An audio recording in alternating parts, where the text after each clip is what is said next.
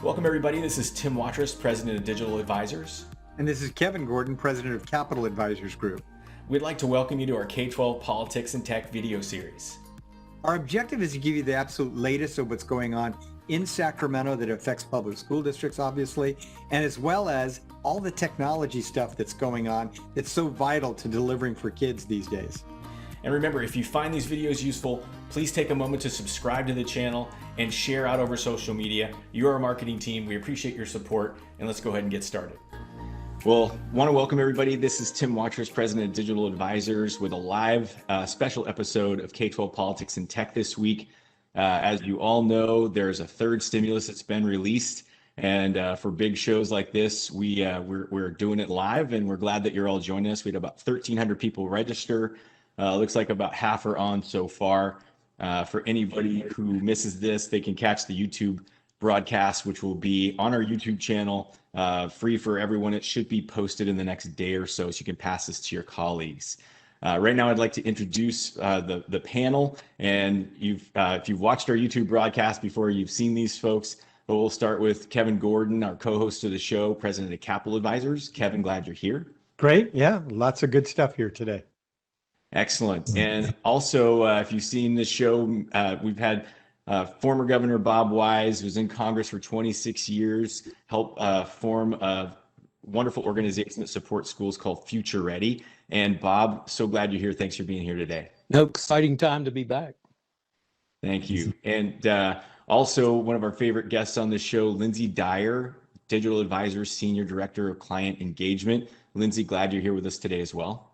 Thanks, Tim. Happy to be here. Okay. Well, let's dive right in. And, Bob, we had to wait a long time for that second stimulus. And if you remember, you brought the fork and knife one time because we had said it was coming so many times and missed. And then before we even really get the dust settles on that second one, here comes the third. So can you walk us through how we landed here, some of the dynamics that happened in DC to make this possible? Sure. And it's great to be back at this momentous time for education. And while this is a practical nuts and bolts, how does this funding work for district and school leaders? Let me open with a broad statement, and I'm going to open as I'm going to end. This is an unprecedented amount of federal stimulus funding for K-12, and it creates a once in a lifetime, and being a fairly old guy, I can say that, a once in a lifetime opportunity for district leaders to build the education system they want, not necessarily what you had when the pandemic hit. So when joined with the likely increase in state funding, and Kevin's the guru on that, when joined with that, most districts are going to have increased resources for the next, significantly increased resources for the next 2 to 3 years. And I'll talk also a little later about other funding that will be coming that you should know about, since it will directly affect your families and students in the school. But let's go first. And most of the statistics and references to specific programs are contained in the excellent PowerPoint deck that's already been referenced, and there'll be a link provided to that so that everyone can take advantage. You do not have to take copious notes on what any of us is saying. I'm going to hit on the national aspects. Kevin is going to go into detail on how California is affected. Lindsay and Tim will talk about some important aspects as well, including E-rate. In the past year, let's just put this in perspective. In the past year, there have been 3 separate federal stimulus packages, with the most recent being the American Rescue Plan Act, or ARP, ARPA, signed into law a few weeks ago. We're going to talk about this, but I want to make a point. The previous 2 COVID relief bills are also part of your funding equation. Now, talking a little bit about the American Rescue Plan, that's the one that passed just 2 weeks ago in March. It is significant because it is a once in a lifetime bill. And why is that? First of all, it passed on a strict party line vote. All Democrats voted for it in the Senate. No Republican voted for it. So it was 50-50 with essentially. Second reason is because it had to be enacted using a fairly arcane procedure, legislative procedure, only unique to the United States Senate, called reconciliation. That avoided the really arcane procedure called filibuster. The difference is it meant you could pass it with 50 votes, not 60, to break the filibuster. but you only get to use reconciliation once a year on the budget bill. So for that reason, we're not going to see, I feel pretty certain, a bill of this magnitude, certainly in the next couple of years, but also I think there's a good chance that because of the large amount of funding in it, we won't see one like it again in our lifetimes. So let's put them in sequence. And if I could go to the next slide, please. So you can see here that there are actually 3 bills that affect your funding. The first was the C.A.R.S. Act last March. Some of you are still using those funds or perhaps drawing them down. That was for K-12. You can see that was $13 billion. Then the Coronavirus Response Relief Supplemental Appropriations Act, way too much of an acronym, so I call it the December stimulus package. That passed, and that had $54 billion for K-12 alone. And then the big one that just passed a couple of weeks ago, American Rescue Plan, that's $125 billion. This is nationally. Kevin will cover in a minute the California aspects of it.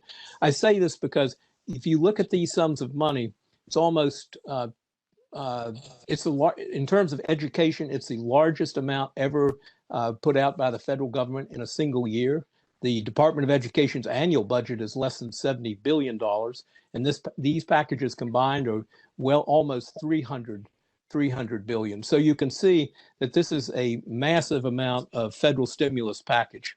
Let's talk about the American Rescue Plan. I mentioned why it's once in a lifetime. And a couple of broad notes about, and one other comparison point. Those of you who are in running districts or chief financial officers in 2009, remember the last stimulus package? That was less than half of what is coming to you in this one. So a couple of broad notes about how these funds can be used. They essentially go to districts based on Title I students. While they are appropriated to enable safe return to schools, and Kevin will talk more about what's required, the plans you have to do to develop this, there's incredible flexibility in how they can be used. The existing ESSA that we've all been working under for a number of years already provided a wide range of permissible uses to encourage innovation, and these continue that and add additional ones to it. It does require nationally that every district in this particular bill allocate 20% towards learning loss recovery. But once again, there's flexibility in that one. And there's also additional funding that goes to the governor's office. And I just want to stress the reason, well, we'll get into that, get into that later. It also, so you can see from the national level, the large amounts of funding that are coming, it's in effect for, while each has its own timeline, essentially you're going to be able to have access to these funds for the next 3 years. And so they require a lot of planning up front. And finally, there are other aspects to be talked about, and I do want to hand it off to Tim, I believe, because also significant was what came to the Federal Communications Commission for E-rate. Hey, thank you, Bob, and wonderful summary as always. One thing I neglected to do is mention the partners who made this episode possible. That's PowerSchool and Meteor. I want to say thanks to you and your team for helping make this happen. So, if you've seen our YouTube broadcast, every now and then I get a little fired up about the lack of action from the FCC. We're a year in, and we've been waiting for some help. As you know, there's been some pretty big announcements from the FCC lately, so we're starting to see that support come into play. And Lindsay, I'd like to turn it over to you to help us walk through what we're seeing from the FCC in terms of support. Sure. Thanks, Tim. So it's very exciting. The FCC aims to close the homework gap, or the digital divide, as it's sometimes called. And first, I'll say that when we think about closing the digital divide and solving for it, we think about having the right device, reliable and consistent internet connectivity, and ensuring that that device and internet connection is secure. So the way that the FCC aims to solve for all of this is with the creation of the Emergency Connectivity Fund. This is a brand new funding source that now consists of $7.2 billion to be distributed through the federal E-rate program. This fund will support broadband internet connectivity to off-campus locations, which include student homes. And the funds will be available for hotspot, router, modem hardware, as well as connected devices like laptops and tablets. Within about 60 days, the FCC will create administrative rules and will begin distributing the funding to schools. The goal, of course, with the distribution effort is that it's both timely and equitable. Tim, do you want to speak to the cybersecurity component of this funding? Yeah, thanks, Lindsay. This is an interesting time simply because Shelby and Site also did some advocacy for this. So we want to thank them. But Shelby with School, Home, and Library Coalition, along with Funds for Learning, had determined to solve this connectivity gap in the U.S., it was going to take $7 billion. And that included the cybersecurity implications that needed to be addressed to stay connected. One thing is to have a connection, a modem, a laptop. But if you haven't addressed cybersecurity, you won't address the long-term connections needed for teachers to teach and students to learn. So it was about, and actually, if you remember, DC had asked Shelby and Funds for Learning to remove cybersecurity. That brought the number down to 4 billion, but there was a lot of pushback saying we have to have that additional 3 billion. So it is encouraging to see that that's that full 7 billion that was asked for from that coalition. And I am excited to see the details as this starts to unfold.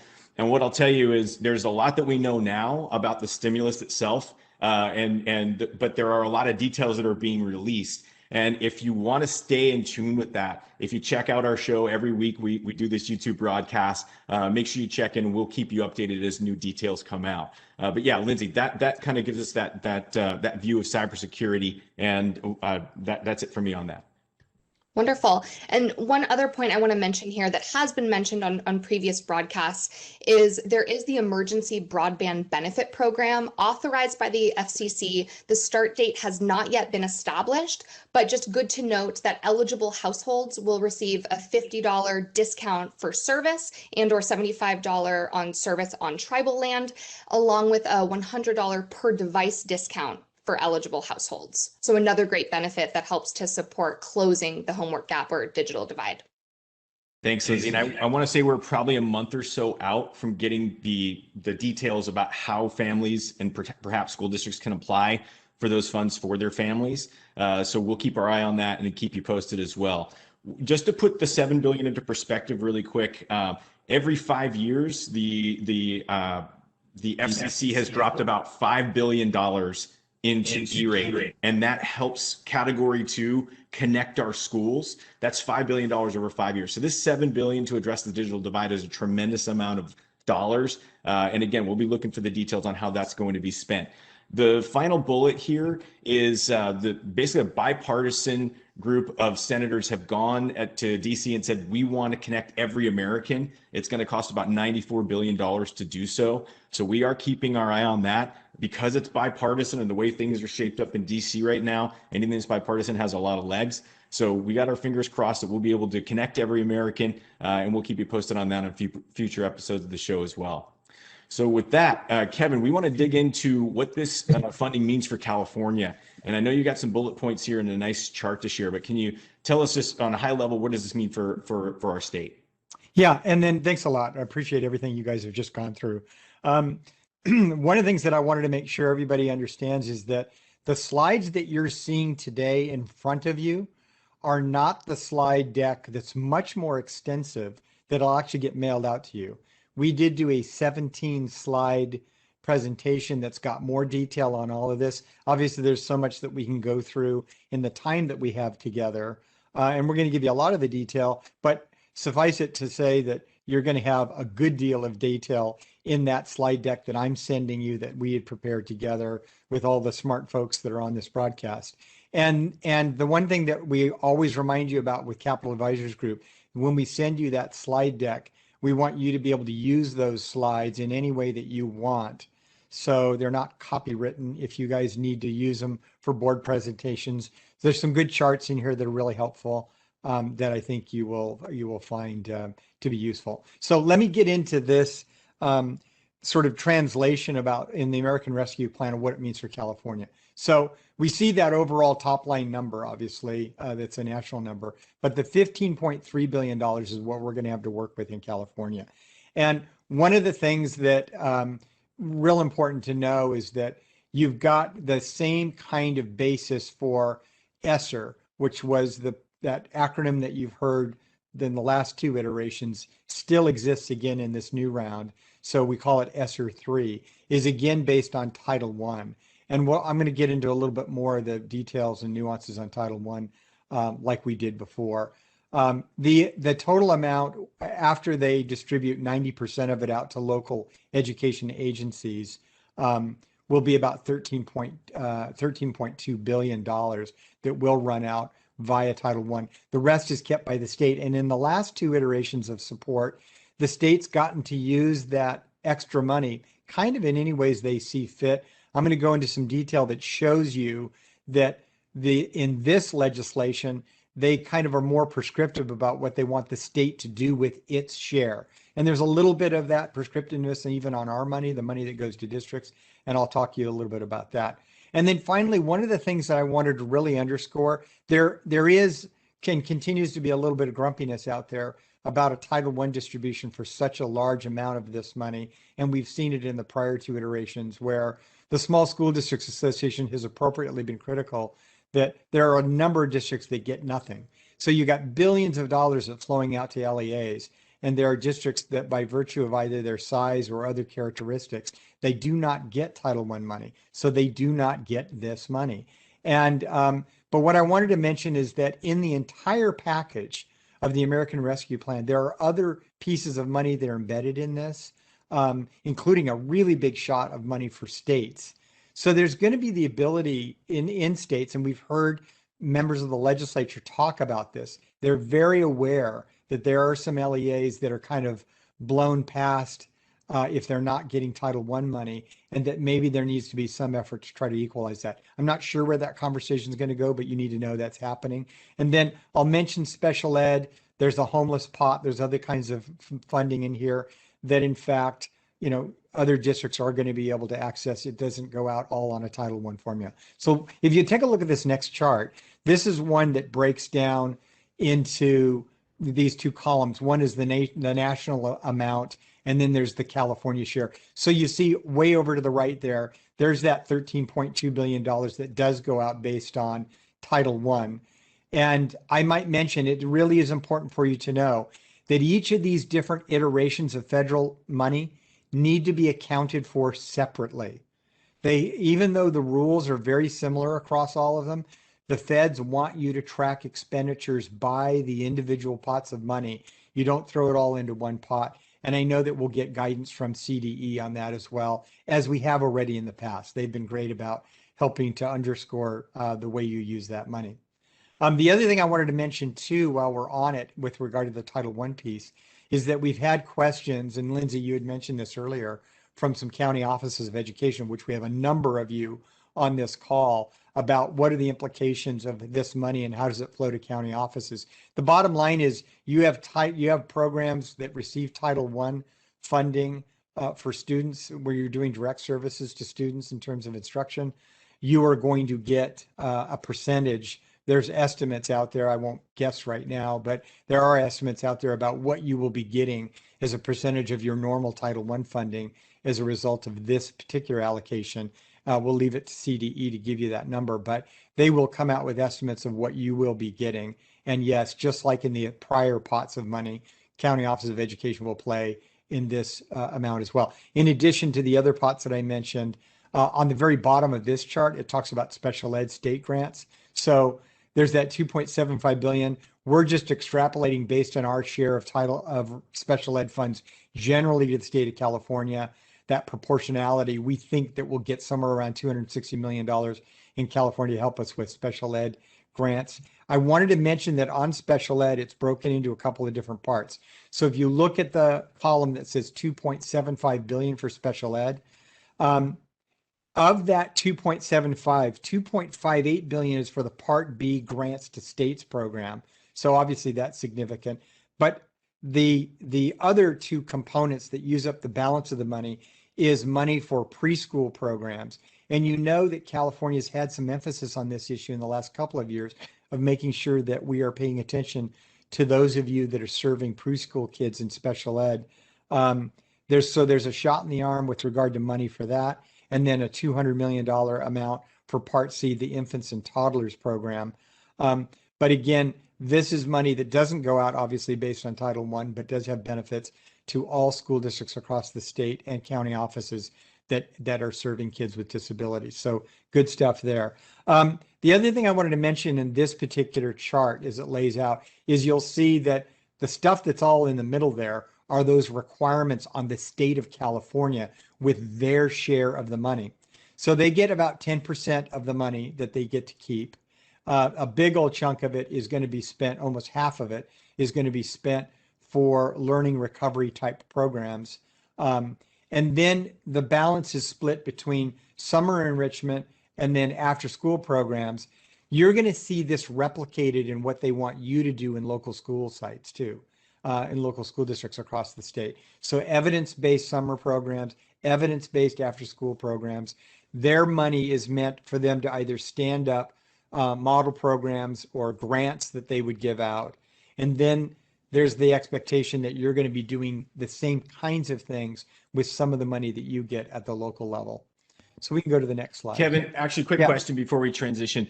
Can you cover the time frame for ESSER 3? Yeah. So on ESSER 3, and this was one of the things that was mentioned by Bob, because Bob knows some of the nuances of it, is that we've got some interesting timelines across all three of them. And I would kind of kick it to Bob. I know the data, but we kind of talked about this in advance, and particularly with regard to the Tidings Amendment. Bob, do you want to walk them through the different timeframes? Oh, and Bob, you're on mute. Essentially, it's in a progression. The C.A.R.S. Act, which was in March, that has to be obligated, at least right now, by September of 2021. And on that one, Bob, on that one, I wanted to mention that in California specifically, they basically take it, the on switch gets switched to off on that pot of money actually at the end of this month.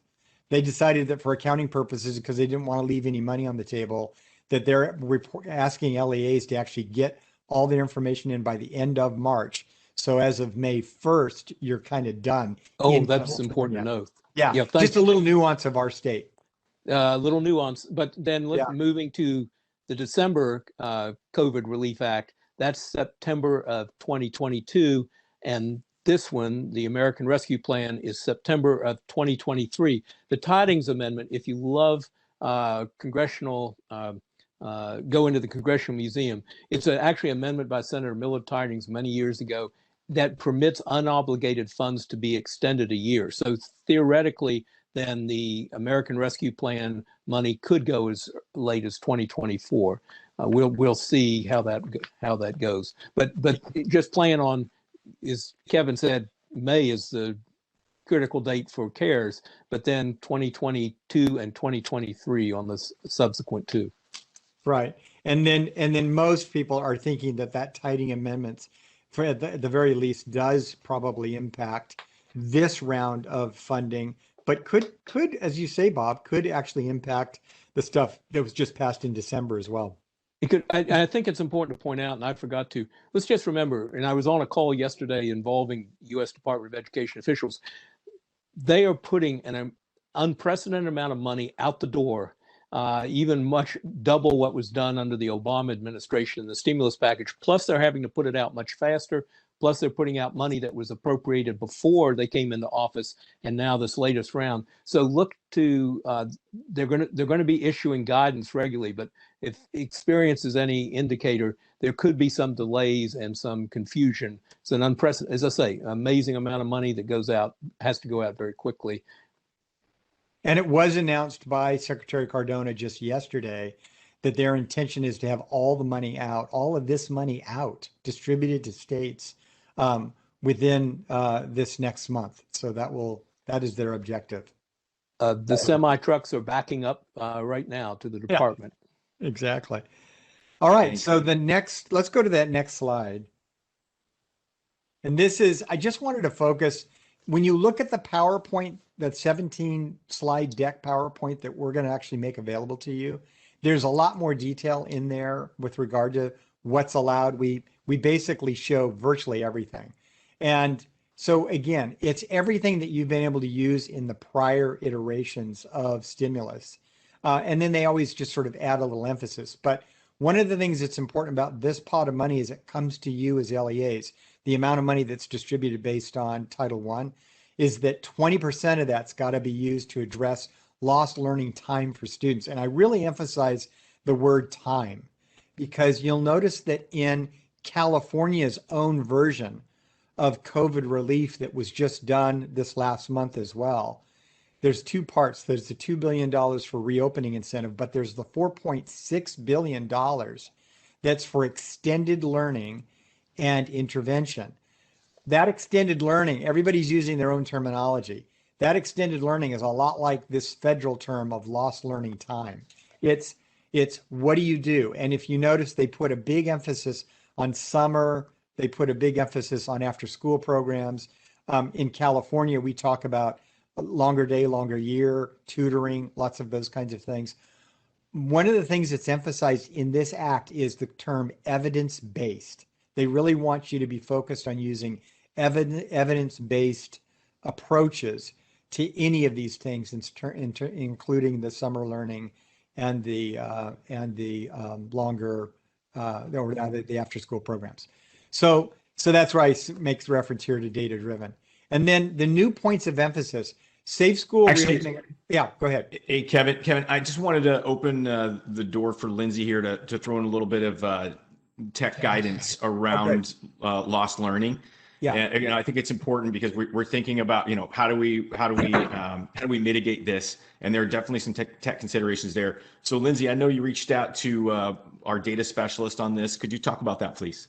Yeah, thanks, Tim. Thanks, Kevin. So as you all know, this is an incredibly important topic, and Blake Heller, who is the consultant on the digital advisors team, whose expertise is rooted in data analytics, he currently works at Harvard. And basically his take is this: the biggest challenge at the outset is getting buy-in from your students, your teachers, your administrators, and parents to collect the kind of data to facilitate targeted academic remediation. And that your data set needs to be both wide and deep. Wide meaning it encompasses as much of your student population as possible, and deep meaning that it accurately measures students' underlying skills and gaps in knowledge in a particular subject. So really important to keep in mind is the right data set and buy-in, so that then you can begin designing data-driven strategies to help our students catch up. That's Thanks, great. Lindsay. And there are a lot of districts who assert pretty proudly that they really do have a handle on where their kids are at, because they've been using, third-party vendors, stuff that they've created on their own locally. And it's also feeding the whole debate about doing the summit of tests this spring, and what Cardona has called for to do this testing, where he's not really. They're giving some flexibility on spring testing, but not a lot. And it's fueled action by the State Board of Education to say, look, if you've got local assessments that you're using or other ways of achieving an assessment of where your kids are at, that's going to be really helpful. But we can see there's a little collision course on its way relative to what's happening between what we're doing at the state level and the federal level. That's got to get itself sorted out. Cardona did double down today by saying that his intention is absolutely not to back off of their intention to do some shortened version of tests that they're going to require states to administer with districts across the state. But these extra analytics and data strategies that you've outlined are super important for people to keep in mind, because again, the way you use this money is tied to being driven by data and information, evidence-based practices. That's going to put you in really good stead for when someday somebody comes hunting for how you use the money. Hey, Kevin, I want to add something that's important. And I believe one thing that Blake said resonated with me, and that is making sure that the students are bought into the process, right? Like understanding what's in it for them if they participate in these assessments. I feel like that's a really critical thing, and I don't know that that's something a lot of folks focus on. It's great that you're saying that there are some people that have their handle on that, but I think if you start with trying to encourage the students to participate and actively participate, that it's going to help them in the long run. I believe that was a great call out by Blake. One other thing I just want to mention, we've written, I believe after the first stimulus, we wrote guidance to our clients about the do's and don'ts of spending one-time monies. This remains true across all three pots of dollars. The link to that article is top tech considerations, do's and don'ts with one-time money will be included in the email. And one thing I do want to call out quickly is when you're thinking about all the different data points that you've aggregated, how do you manage those data sets? And I will just say, if you can, one of the big recommendations we made in that article was to invest in an ecosystem. And again, just sort of a little shout out to PowerSchool, who's kind enough to help us underwrite this. An ecosystem like PowerSchool has aggregated several of the types of resources you're going to need to gather that data, and they put it under one umbrella. So things are compatible, student information system, learning management system, and so on. And also the cybersecurity implications that you need to address are addressed under that umbrella. So keep that in mind. And again, thank you, PowerSchool, for helping us out here.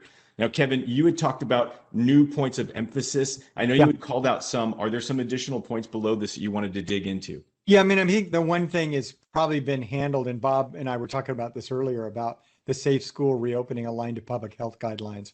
A lot of that's been done with some of the earlier streams of funding, but they have that back again because they wanted to reemphasize that here because it wasn't as overt in the earlier stimulus packages. We knew that we could use it for that, but it is important that everyone knows that they can use the funding for that. I talked already about the summer and after school programs.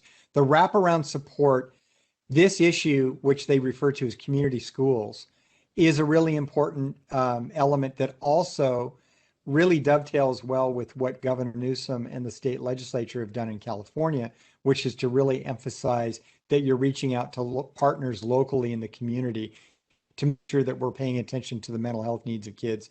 All of these kinds of things are allowable expenses under this amount of money and actually have been allowed under previous, but they just emphasize that in this legislation. And then finally, developing, stabilizing, and diversifying the educator workforce.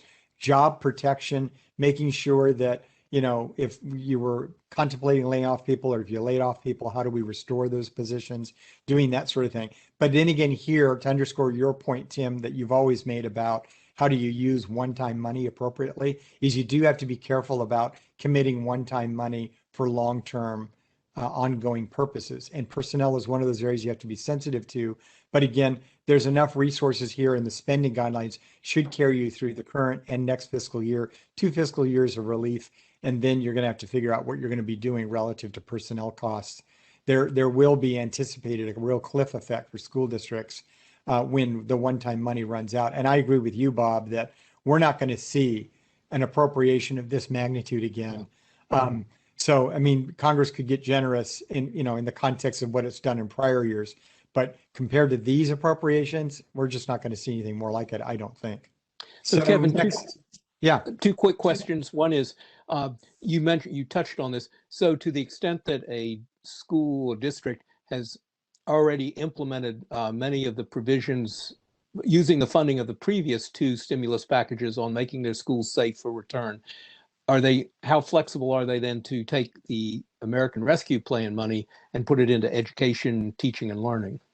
Yeah, it does exactly that, is that to the extent that you've got some of these things whipped and you don't see any utility in spending more money on something, you don't have to. But I will call out, it's great that you asked that question, Bob, because it also reminds me to make another point. Remember, there's that 20% requirement that you need to use for the issue of lost learning time, right? And so that you've got to focus on for sure. To the extent that Governor Newsom and the legislature gave you money for the same thing, if you are going to be using the $4.6 billion of state resources for that purpose, you can't claim that that money you're using in the state resources for that purpose takes care of that. And that then you can use all the federal money for something entirely different. The federal money that has a 20% requirement for learning loss time mitigation you do need to spend for that purpose. And you need to, again, document these things separately. So there is those requirements, but beyond that, classroom instruction and doing what we can to address the needs of these kids is all fair game. So second question, connecting these three bills again. So a district has provided under the first CARES Act, the plan that was required under the December bill, they had to develop a plan. To what extent are they just able to roll those plans forward into the American Rescue Plan? It's a great point. And I think one of the things that we wanted to underscore here is that there is a report that's required under the American Rescue Plan 30 days after receipt of the money, that you do have to have a plan that talks about your strategy for reopening safely. Well, in California, of course, we have to do that plan for the state. And that plan should work very well for this. In addition, the December package had a requirement for a report on your general use of those funds within 6 months. They are separate reports, the one that you had to do before, but obviously lots of the content can be used to be replicated for purposes of what's required under the American Rescue Plan. Now, they do say in the detail on the American Rescue Plan that if you have something that's already been filed with the state relative to your strategy for safe reopening, that will suffice. But it doesn't replace the 6-month plan that you had to adopt for the stimulus package that was adopted in December. I know it's a little confusing. To boil it right down, there's going to be two things you're going to need to do: the 6-month plan on the package of money that was passed in December, and a safe reopening plan that probably is the same as the one that you filed for the state. Those are the only two things that you're going to have to do. Well, thank you, Kevin and Bob. And just to reiterate for everyone, if you join us a little bit late, this session is being recorded. It'll be posted on our YouTube channel. You'll be able to share it with your colleagues or review it yourself. We'll also be issuing a PowerPoint deck that has far more detail than what you're seeing here. That will be sent out to all the folks who've registered in a subsequent email, which will have the PowerPoint deck and some of the additional resources that we're calling out on this broadcast. So, Kevin, I want to talk about what was, we talked about what was new and allowed. Can you talk about what was allowed previously in both packages that also persist through this package? Yeah. So again, it's virtually everything is the same, except for those points that I said that they were emphasizing. But there were new things in the December package that we wanted to underscore again. And it has to do with really the last two bullets. All the other stuff is stuff that you're used to seeing. The last two bullets on this slide regarding facility repair, that's related to, obviously having a safe return to instruction, but particularly with regard to air quality, ventilation, environmental kinds of mitigation that you need to do around the school. And HVAC and those kinds of things are totally appropriate to be used with some of this money. And again, it may be that you embarked on a lot of that with the prior funding that you will be receiving basically now. This month, we should be starting to see the state pushing through the December package. And so it's going to be a little bit of time before we see the money that's from this American Rescue Plan. But yes, you can use it for that.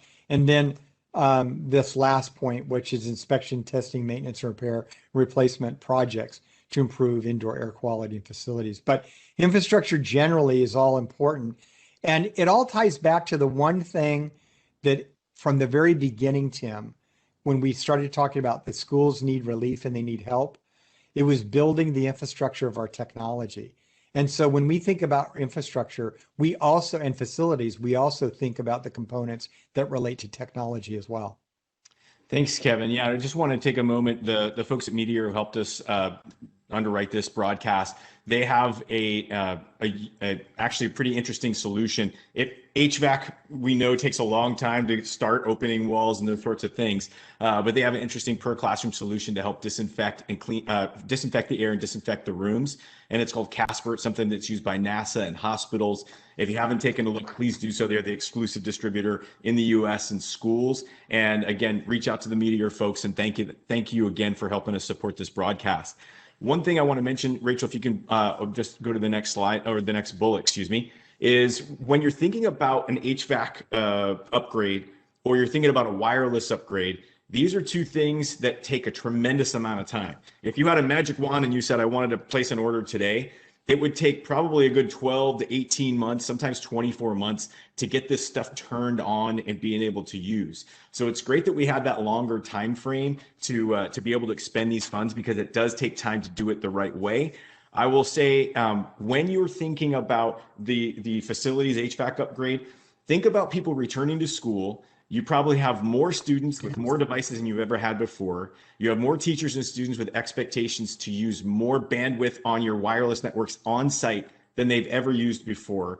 And this is going to create some traffic jams on your network. So if you haven't really thought that through, be ready for an increase in wireless usage on your sites. Of course, we're using hybrid and we're going to kind of come back. But if you wanted to aim for a September boost to your wireless, you're going to need to really get moving, because that stuff takes its time. And I'll also encourage you to get facilities and tech at the table together as you're thinking about doing these HVAC upgrades and your wireless upgrades. There's a moment where the walls are open in each project. If you do those separately, it's going to cost you so much more money than if you open the walls one time. So if you get everybody together on the same page, you're actually able to time the cabling for all that wireless at the same time you do the HVAC. There's a tremendous amount of savings available to your district there. So please keep that in mind. And Lindsay, we do consulting with our clients around these issues all the time. I know we created something very unique for the viewers of the broadcast today. Could you please mention that? Yeah, absolutely. Thanks, Tim. So as Tim mentioned, we did just launch a new service. The Digital Advisors team has built a way to make the expertise of our consulting bench even more accessible to district leaders like yourself. That service is called On-Demand Expertise K-12, and it gives district leaders an opportunity to consult with our team of industry experts on everything from connectivity to cybersecurity to digital architectures to cloud applications, teacher and student safety, and more. And so we'd like to offer everyone joining us today an hour of consulting. And in the email that will follow our conversation today, we'll include some instructions on how to take advantage of that opportunity. And on behalf of the team, we look forward to supporting you and your students. Great. Thanks, Lindsay. Yeah, so as we were doing the prep for this, there's been a lot of things that are outside of necessarily just the stimulus package itself that have been in the news headlines. We also had some really great questions from viewers that we received last night and today that we wanted to dig into and address. And we're just calling these other key points. But Kevin and Bob, can you start walking us through some of these? And Kevin, can you start with that maintenance piece? Yeah. So embedded in the legislation for the American Rescue Plan is this idea of maintenance of effort and maintenance of equity. And essentially what they're doing is making sure that a state education agency does not end up with its own resources, reducing its support for schools, but particularly schools that have high levels of poverty. So there's a couple of different versions of the safeguard on that that they use. And then that idea of the maintenance of effort and equity extends to the district levels too, where it basically says, look at with regard to reductions in either funding or in staffing that you make, you can't do it disproportionate. And when it comes to the schools that you have that are high poverty, is that if you're going to make adjustments that are downward adjustments, either from a staffing standpoint or in a funding standpoint, those adjustments have to be made fairly across the entire district, but cannot be disproportionately more in those districts with high levels of poverty. So those are just elements that are in this package that we have not seen in the past. There have been references to maintenance of effort requirements on states in prior packages guaranteeing that they wouldn't have funding levels overall in terms of the state's investment that go below 2019 in order to get all of this federal money. So those things are in place. It'll become part of the variables that we look at when we measure governors' budgets in the rest of this coming year, the process for the year that starts July 1 and the following fiscal year to make sure they're abiding by those minimum thresholds. But we do have a little bit of a responsibility for LEAs as well. And I expect CDE to provide more guidance on that issue. In addition, there's a non-public school funding piece. And if you remember in CARES Act, that was the first iteration of money. It was up to LEAs to share, basically under the concept of equitable services, money to private schools that had a certain proportionality of kids in poverty. When we got to the December package, they decided not to do that, and they created a separate funding stream altogether that we referred to as EAMS, which was, the emergency funding for non-public schools. So they've continued that in this batch of money, but I will say that the non-public school funding, one of the things that it does under this rubric is it takes basically the burden off of local school agencies from having to worry about it. It's a state obligation to make sure that they've got funding set aside for these private schools or the non-public schools. And in this iteration of funding, they put a specific emphasis on making sure that they're reaching out to those schools that have the highest levels of kids in poverty specifically. So there's a call out there, some specific nuances that the state's just sort of getting used to having to grapple with. You'll probably hear complaints at the local level from some of your colleagues that are in non-public schools over the fact that the state doesn't really and hasn't had an apparatus for distributing money to private schools in the past. So they're having to invent this from scratch. And so this is going to be very important that what they are putting together right now for the distribution of the December money is going to play into the apparatus that they'll have to use for purposes of the American Rescue Plan. So that's the non-public school stuff. And then Bob, you had something on this next issue, family and student support. Yes, and I just want to jump in and underscore something you said. That 2.75 billion nationally, whatever it is, it's going to the state of California. That for going to the governor's office, that is the political compromise to keep the vast amount of Title I dollars to avoid the controversy from the CARES Act, where Secretary DeVos was initially trying to move more money than had been traditionally happening into private schools. So this was the way to avoid that and to safeguard the vast amount of the 123 billion roughly of Title I dollars. But I also want to talk about, because no one operates a school in a vacuum. And so what is it that your students and families, what assistance have they been receiving? Well, under the American Rescue Plan, yes, they will get extended unemployment benefits. We've heard a lot about that. But I also want to point out that there's been nationally $15 billion for child care and development block grant increase. That is a significant amount of money for child care and development block grant. That's an existing program.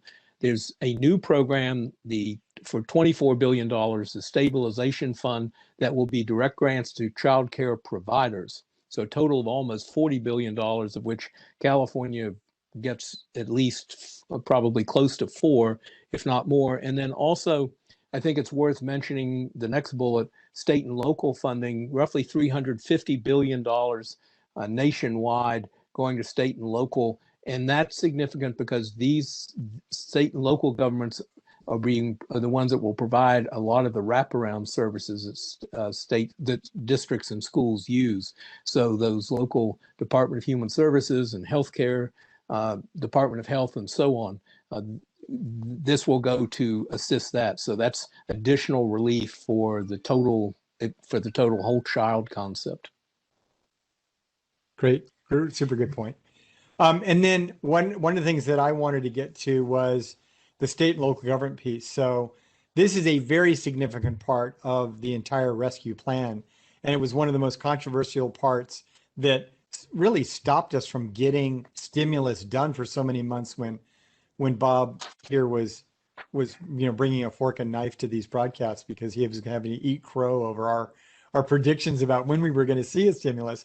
But the breakdown was over state and federal funding, which under the Trump administration, they just didn't support. Senate Republicans didn't support it. So you roll forward now and a $350 billion package for state and local governments. The reason why I mention it is because in California, in the very first CARES Act, there was about $9.5 billion that came to California.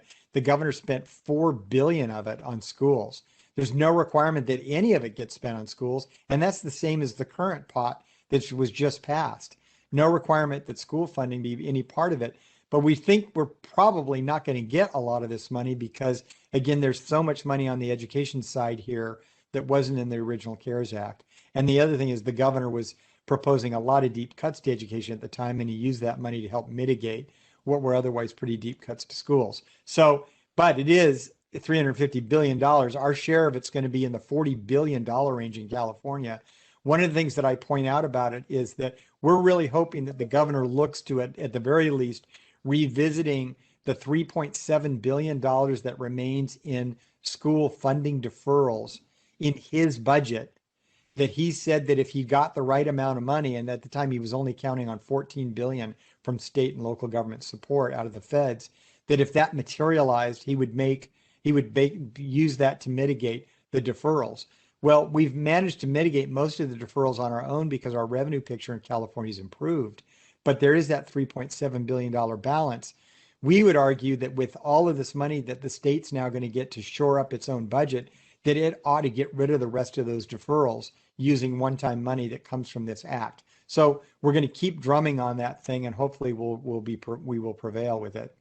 So, and then we already covered the spending deadlines issue. I think everybody gets the idea about how long we have to use it. And then I know, I think, Tim, you were going to talk a little bit about the announcement this week on COVID testing. Yeah, just simply that there's news flying fast and furious, but 10 billion was released, for COVID testing across the U.S. So there's, in addition to the stimulus funds that we've been discussing on this broadcast.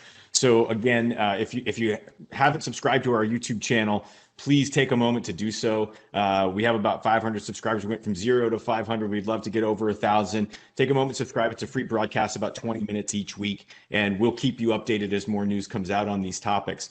I just took a quick scan of the Q&A. One of the things that there were some questions on was the FCC subsidy versus the $7 billion for E-rate.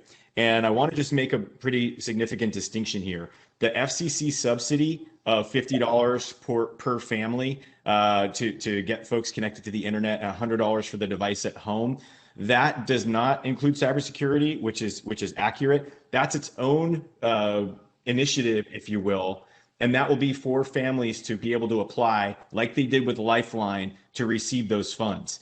There are no cybersecurity implications in that. Where we were discussing the cybersecurity implications was the E-rate funding, the $7 billion that's part of this stimulus package. And while they haven't released all the details yet, it mirrors the number that came from Shelby and Funds for Learning, and we expect that those cybersecurity considerations will be there. Keep in mind that anytime you're using public funds to procure technology, particularly internet technologies, there are rules and regulations that you need to follow, like C.A.S.P.R, right? We have to filter what people are viewing on the internet as public agencies. So whether it's through the ECC, if you're a school district, you want to procure that for your families or help them somehow, there may be some regulations that you need to address and consider. I'm not a lawyer, but you just want to make sure you probably check in with your counsel, with your COE's counsel, just to make sure you're above board there. With the E-rate stuff that comes out, it's going to have very specific instructions on how to stay compliant with E-rate rules and also some of the other federal laws and things that you'll need to stay in touch with. So, I wanted to make sure we addressed that and called it out.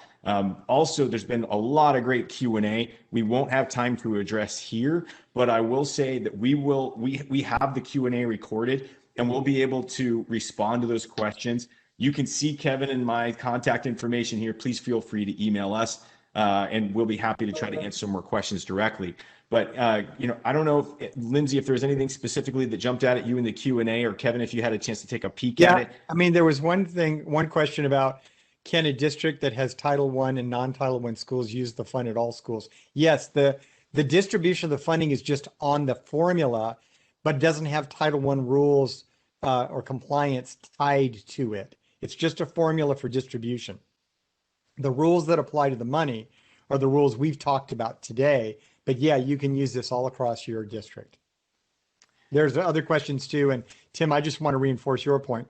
I really do take time to answer all the questions. If you guys don't get them answered here, send it to me, any of the questions on content that apply to me, and Tim will do the ones that are on technology, just send us an email. We're happy to respond to you. So we had someone ask what the YouTube link is. Of course, this is something that we'll include in the email on the way out. You can also go to YouTube and search K-12 Politics and Tech. And again, we broadcast that every week, and you can just listen to it if you'd like, but certainly you could watch it as well. You can subscribe to the channel, and I'm putting the link in the chat now. So any other questions that you wanted to dig into in the Q&A, or any final thoughts before we wrap up? I would say that on our channel, one of the ways I've told people to find it, and it works, is that when you go to YouTube and you just put in K-12 Politics & Tech, it usually comes right up. You just go to the most recent broadcast you want to see, but it's got them actually all of them in there. So. Hey, Bob, any final thoughts from you as you've seen and guided districts through tremendous change, and any quick final thoughts as you wrap up and people are facing this good problem of having a lot of dollars to contend with? Final thought is the one I opened with. This is a situation we did not imagine a year ago when the pandemic hit. We have unprecedented amounts of money coming. It's never existed before, and quite frankly, it won't exist again from the federal government. And so as we prepare to reopen schools, this funding supports your efforts. It supports your commitments to make sure that school is what you want it to be, not necessarily what it was. Kevin, any final thoughts from you before we wrap up? No, that's it. Please send me your questions. Really appreciate everybody joining. We had an unbelievable audience today. And Lindsay, any thoughts from you before we wrap? No, none for me. I just want to thank everyone for all of their hard work helping students get back to school. All right. Well, thanks, everyone. We'll look forward to seeing you on the YouTube broadcast. And as the world opens up, perhaps at a conference in the sort of near future, we miss everybody and look forward to seeing you virtually or in person again at some point. So please visit us on the YouTube channel, subscribe, spread the word, and please feel free to use this broadcast, spread it out to your team so they get to learn a little bit more. And thanks for your time, everyone. Please stay safe. Okay, thanks. So thanks again for joining us for another week of this broadcast. And I just want to take a moment to remind you, if you haven't already, please subscribe to our channel and share this out over social media. Again, you're our marketing team. I'll also finish by saying, if you have some questions, please send them our way. We'd be happy to address them on a future broadcast. So with that, thanks everybody, and we'll talk soon.